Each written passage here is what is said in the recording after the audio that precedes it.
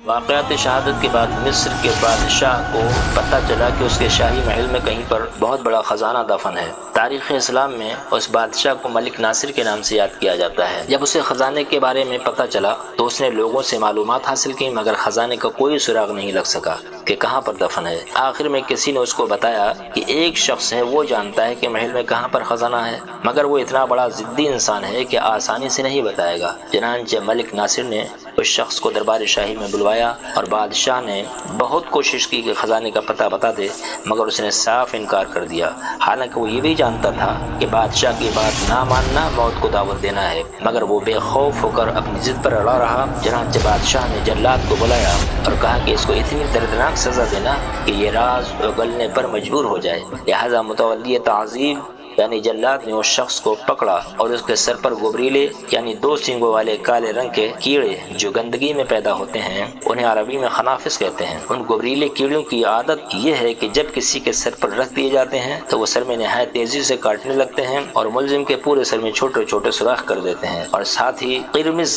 جن کو طبی زبان میں پیر بہوٹی کہتے ہیں، وہ کیڑے بھی اوپر سے ڈال دیے جاتے ہیں۔ جلاد نے دونوں طرح کے کیڑے اس کے سر پر رکھ کر اوپر سے کپڑا باندھ دیا، اور یہ بڑی خطرناک سزا تھی کیونکہ گبریلے ملزم کے سر میں سوراخ کرتے تھے اور ان سوراخوں میں قرمز یعنی دوسرے کیڑوں کی رطوبت بھر جاتی تھی۔ یہ وہ خوفناک اذیت و عقوبت ہے کہ انسان کو 1 منٹ بھی برداشت نہیں ہو سکتی۔ اس کا دماغ پھٹنے لگتا ہے اور وہ فوراً راز اگل دیتا ہے، اور اگر نہیں بتا پاتا تو تھوڑی ہی دیر میں تڑپ تڑپ کر مر جاتا ہے۔ بھرے دربار میں اس شخص کو یہ سزا دی گئی، مگر اس کے چہرے پر شکن تک نہیں آئی، نہایت سکون اطمینان کے ساتھ کھڑا رہا۔ آخرکار اس کے سر سے کپڑا کھولا گیا تو لوگوں کو یہ دیکھ کر بڑی حیرت ہوئی کہ سارے کیڑے مر چکے تھے اور ملزم صحیح سلامت بھرے دربار میں بادشاہ کے سامنے کھڑا ہوا تھا۔ بادشاہ بھی بڑا حیران تھا کہ آخر یہ شخص کون ہے، کہیں یہ جادوگر تو نہیں ہے کہ کیڑے سارے مر گئے اور یہ ابھی تک سلامت ہے، یہ ابھی تک زندہ ہے اور اس کے چہرے پر گھبراہٹ بھی نہیں ہے۔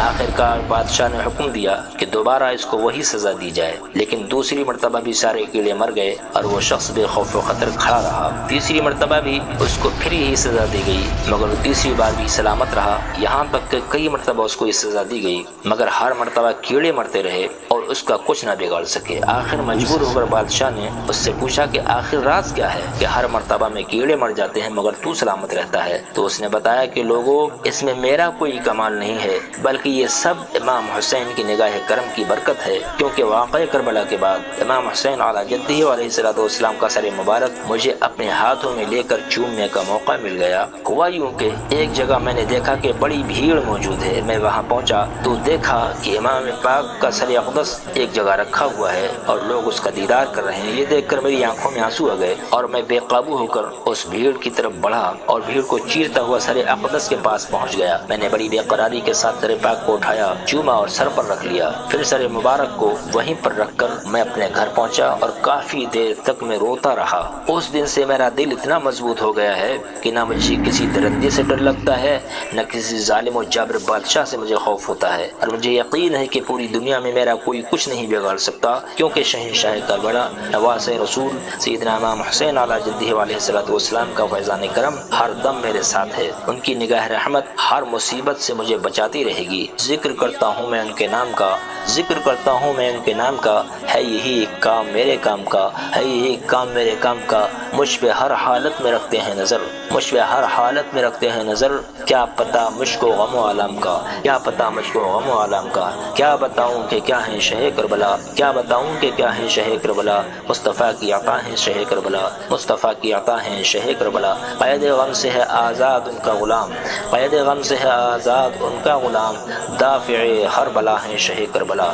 دافع ہر بلا ہے شہ کربلا،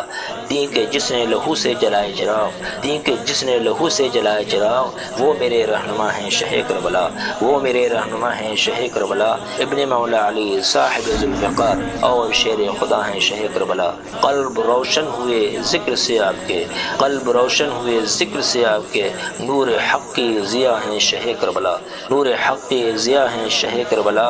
زور باطل سے میں کیوں ڈروں اے ظہور، زور باطل سے میں کیوں ڈروں اے ظہور، جب میرے رہنما ہیں شہ کربلا، جب میرے رہنما ہیں شہ کربلا۔ رضی اللہ تعالی عنہ وارضہ عنا۔